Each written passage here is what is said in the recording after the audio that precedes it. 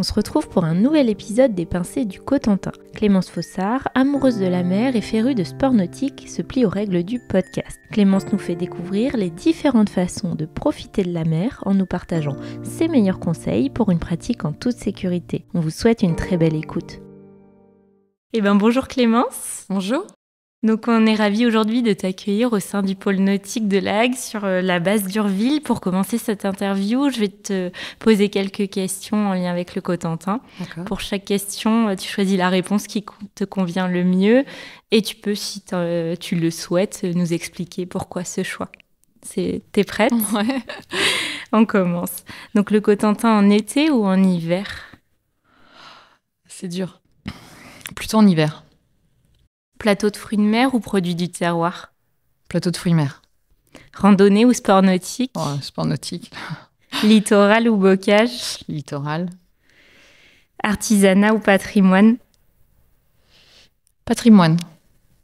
Cidre doux ou brut ? Brut. Shortboard ou longboard ? Ça dépend de l'été ou l'hiver, mais majoritairement longboard. Super, merci beaucoup pour tes réponses. Avant de parler un peu plus en détail de nautisme, je vais te proposer de te présenter et de nous expliquer aussi ton lien avec le Cotentin. Alors, je m'appelle Clémence, j'ai 33 ans. Je suis originaire du centre-Manche, donc de Saint-Lô à la base, mais j'ai grandi à Cherbourg. J'ai toujours voulu quitter Cherbourg, pour être honnête, parce que quand j'étais jeune, je voulais partir à l'autre bout du monde. Donc, j'ai fait mes expériences, je suis partie vivre à l'étranger dans plusieurs pays, super sympa. Et la vie a fait que je suis revenue sur Cherbourg et que finalement, je m'y plais énormément. Et que j'y ai fondé ma famille, j'ai développé ma carrière professionnelle sur Cherbourg et que finalement, après avoir visité plusieurs autres pays, on a toutes les qualités pour avoir une vie paisible et heureuse. Et donc toi, tu es une passionnée de la mer ? Oui, alors c'est amusant parce que moi j'ai commencé la voile donc au niveau familial parce que mes grands-parents et mes parents naviguaient. Mais j'ai commencé réellement la voile toute seule ici à PNH, à l'époque à la Seine, quand on était encore dans le blocos derrière. Et je faisais de la planche à voile. J'ai fait quelques années de planche à voile. Je n'étais pas douée en compétition, j'ai vite fait arrêter.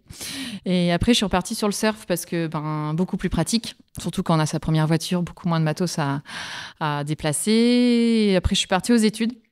Et quand je suis revenue sur Cherbourg, c'était évident pour moi de reprendre contact avec la mer. Donc là, à la fois, j'ai repris les régates au Yacht Club de Cherbourg. Et puis le surf, tout naturellement.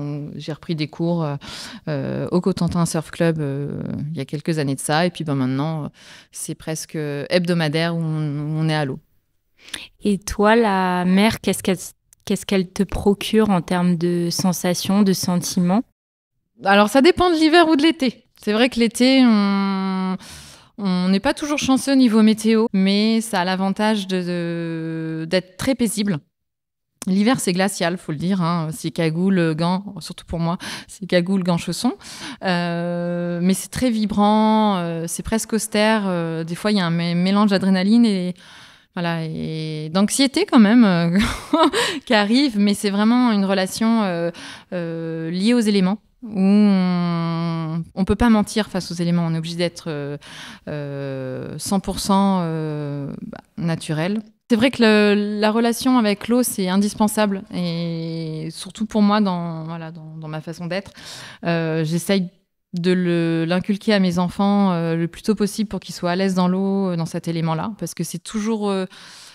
la mer, ça bouge toujours. Et on a beau passer, ne serait-ce que sur la Saline tous les matins, on n'aura jamais le même tableau dans la rade. Ça change tout le temps. Et c'est l'avantage de pouvoir pratiquer une activité sportive et nautique chez nous, c'est que quelle que soit la météo, on a toujours une solution pour pratiquer avec la mer. Donc ça peut être pour la plupart du longe-côte ou du surf ou de la voile, de la planche à voile, du kite. On a tous un lien, je pense, en tant que Cotentinois, un lien fort avec la mer. Et je pense que c'est bien de pouvoir en profiter parce que c'est assez unique. Et c'est vrai que si on parle plus spécifiquement, par exemple, de surf, le Cotentin devient de plus en plus attractif pour les amateurs de surf. Et ce que tu disais, là, les conditions météorologiques sont pour beaucoup dans cette attractivité. Je pense, parce que c'est vrai de manière générale, il y a sur la façade atlantique, on a les gros spots de surf dans les Landes. C'est des très grosses vagues, c'est super, mais alors il faut avoir un bon niveau quand même de base. Après, on se retrouve avec des spots en breton, donc ça reste des toutes petites baies, il y a beaucoup de riffs, donc c'est-à-dire des vagues au-dessus des rochers. Chez nous, ça a l'avantage d'être safe, dans le sens où on a effectivement du courant l'hiver, mais de manière générale, c'est très safe. On a des grandes plages, c'est pas full encore aujourd'hui, donc tout le monde peut profiter d'une vague et l'ambiance y est vraiment, vraiment bonne. Et donc, je pense que petit à petit, ça se fait savoir et les gens notamment les familles avec les enfants en bas âge viennent surfer par chez nous parce que c'est sécure. On a forcément des vagues adaptées à chaque niveau et nos plages sont idéales pour ça. Elles sont grandes. On a, quelles que soient les conditions, on arrive toujours à trouver des petits morceaux de vagues, même l'été quand il n'y a pas de houle, pour pouvoir surfer. Et toi, c'est quoi tes spots préférés ? Alors, moi, je vis à Biville, donc c'est vrai que je fais à la maison. Mais c'est vrai quand j'aime beaucoup le Rosel. Il y a un peu de jus à marée haute. Voilà. Le Rosel est très sympa. Sur Tainville, c'est un peu plus loin pour moi. Mais c'est des spots vraiment de qualité. Et Siouville, pour débuter, c'est parfait. Il n'y a rien à redire, c'est parfait. Même quand on a du vent de sud, on peut se mettre à l'abri. C'est idéal pour le coup. Et est-ce qu'on peut surfer toute l'année dans le Cotentin ? Oui. Largement. Je connais même des amis qui surfent Côte-Nord quand c'est des coups de vent. J'ai des amis qui surfent à l'Anse-du-Bric. Mais pour le coup, on a des spots, on a l'avantage d'avoir des spots Côte-Nord et Côte-Ouest. Côte-Est, c'est plus rare, mais en tous les cas, il y a toujours une activité nautique à faire, quelle que soit la côte. Et est-ce qu'il y a des compétitions sur le territoire de nautisme, de voile, de surf ? Alors, à ma connaissance, il y a plusieurs compètes. Donc, il y a le Surf Open à Siouville qui est très connu, de plus en plus, je pense. Après, je sais qu'il y a le Surf Gliss Festival à Carteret, qui doit être aussi aux alentours printemps, début d'été. Après, il y a des compétitions comme le championnat de France de windsurf à PNH ici, qui est ultra connu. Et même si vous pratiquez pas du tout la voile, c'est impressionnant de venir voir. Et pour tous les amoureux de sport nautique, mais plutôt embarqués, on a tout ce qui est Rolex Fastnet Race qui est arrivé récemment, une très grande course pour Cherbourg. On a la Dream Cup également. On a des courses bien spécifiques en voilier également. On a avec l'école de voile de Cherbourg qui organise aussi des compétitions de voiliers sur foil, ça s'appelle les WASP. Très impressionnant, on peut les voir de Collignon. On est très gâtés en termes de compétition et surtout que la côte nous permet de les observer vraiment de près. Oui, c'est ça aussi parce que c'est quand même des compétitions plutôt réservées soit à des professionnels ou quand même des personnes qui ont un niveau de pratique assez soutenu, mais ça n'empêche pas le grand public d'en profiter. Non, au contraire. Et puis pour la plupart des événements, il y a toujours des initiations ouverte à tous, aux enfants et aux adultes, pour découvrir la pratique. Et c'est une réelle valeur ajoutée pour nous parce qu'on a un plan d'eau qui s'y prête, quelle que soit la pratique. On a des plans d'eau ultra sécurisants et ça permet à chacun de tester, d'essayer. C'est vrai qu'on vit avec la mer ici, donc si on n'essaye pas, c'est dommage, on peut passer à côté de quelque chose.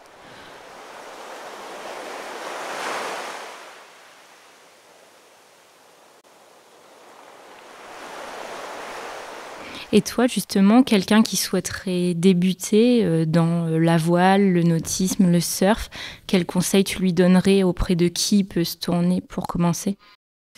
Honnêtement, je pense que le plus simple, c'est de se retourner vers soit les associations, les clubs. Je sais que notamment pour le yacht club, il y a plein de pratiques. On développe plein de nouveaux cours accessibles pour apprendre la voile et la rendre accessible à tous pour ceux qui ne connaissent pas du tout, qui ont été mutés dans la région, mais voilà, qui veulent profiter de la voile.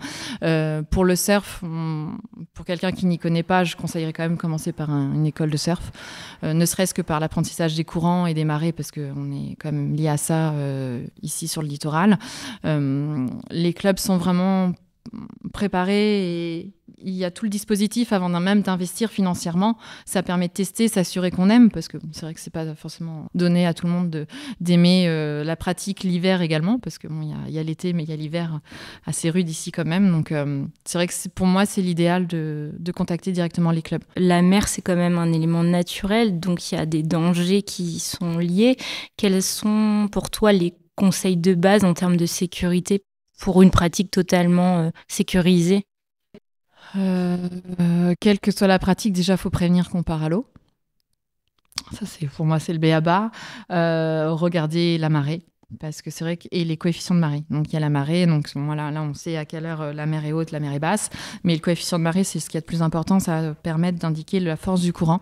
Qu'on a des grandes marées, la mer part très loin et revient, et effectivement on peut être emporté rapidement si on n'a pas l'habitude, quelle que soit la pratique, planche à voile, surf, même le bateau, parce qu'après il y a le vent, les conditions météo et le vent qui interagit bien souvent, et il faut pouvoir être en capacité de revenir à bon port, sans mauvais jeu de mots, en toute sécurité. Mais le b.a.-ba pour moi, ça serait de prévenir. Et puis, on a aussi des structures ici, quels que soient les clubs, qui permettent d'appréhender les connaissances météorologiques pour se sentir en totale confiance, pour pouvoir partir en mer sereinement, seul ou en famille. Oui, c'est ça aussi, tu dis prévenir, mais c'est aussi essayer d'y aller peut-être pas seul en mer, de se faire accompagner. Non, faut pas hésiter, surtout que y a plein de structures qui permettent de partir en flotte, ou même commencer en groupe, par des connaissances, par le réseau. Au Yacht Club de Cherbourg, les novices peuvent intégrer des bateaux sur des régates. On a une régate qui est connue en local, c'est le championnat du mardi soir, où tous les bateaux naviguent le mardi soir. Quelqu'un de complètement novice peut venir essayer et profiter et apprendre petit à petit comme ça, via les échanges, via les autres. Toi, tu es jeune maman. Est-ce que tu commences déjà avec ton enfant à lui partager ta passion de la mer ? Alors, c'est vrai que c'est très important pour nous, pour mon conjoint et moi, que les enfants apprécient la mer. Donc, on a 2 enfants, donc une petite fille de 4 ans et un petit garçon de 10 mois. On a d'ores et déjà commencé les cours de bébé nageur, parce que pour nous, c'est important qu'ils puissent se sentir à l'aise dans l'eau. Même s'ils vont peut-être jamais surfer, hein, j'en sais rien, mais l'idée c'est vraiment qu'ils soient à l'aise dans l'eau, quels que soient les éléments, parce que ça leur servira pour plus tard. Et c'est vrai que pouvoir partager des moments, des sessions de surf en famille, c'est un petit peu un rêve qu'on a dans le coin de la tête, qu'on aimerait bien qu'ils partagent un jour. Après voilà, s'ils veulent faire autre chose, ils feront autre chose, hein, c'est pas très grave. Mais pour le coup, je pense que c'est un plus de pouvoir transmettre cette appétence et cette certaine aisance d'être dans l'eau, quelle que soit la pratique, pour ne pas avoir peur, parce que finalement, il faut faire corps avec la nature et pas forcément la combattre. Il y a quand même ce côté de mer, on disait, on est en pleine nature, donc il faut la respecter, ça fait partie aussi du respect de l'environnement. Pour toi, comment on peut partager, transmettre aux jeunes générations la passion et aussi le respect de la mer ? Je pense que ça se fait de manière un peu transversale, avec les différents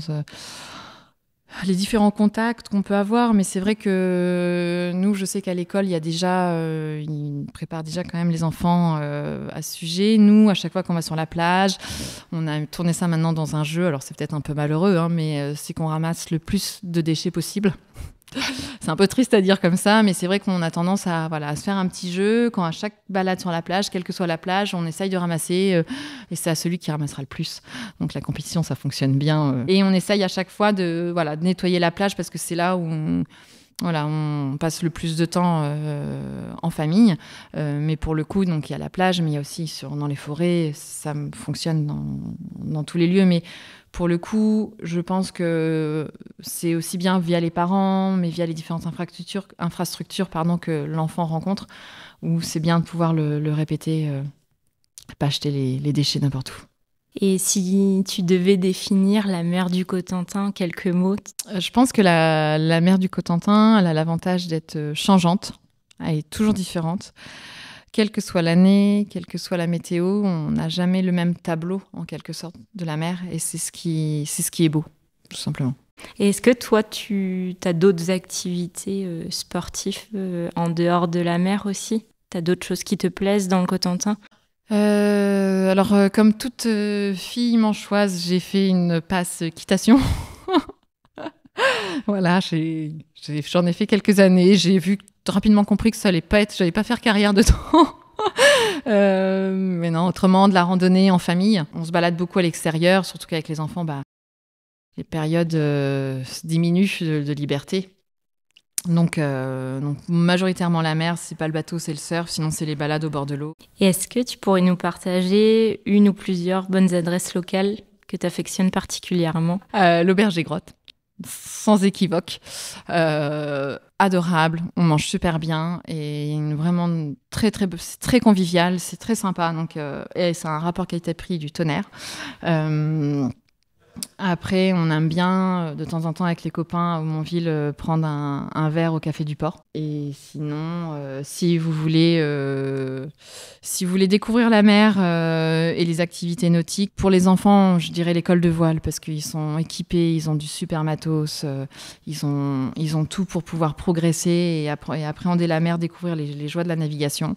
Et si vous avez passé 20 ans, n'hésitez pas à vous arrêter au Yacht Club de Cherbourg, il y a des super cours, et puis vous pouvez même partir en flotte avec des copains et un skipper dans les îles anglo-normandes, c'est franchement à voir. Ça donne envie en tout cas.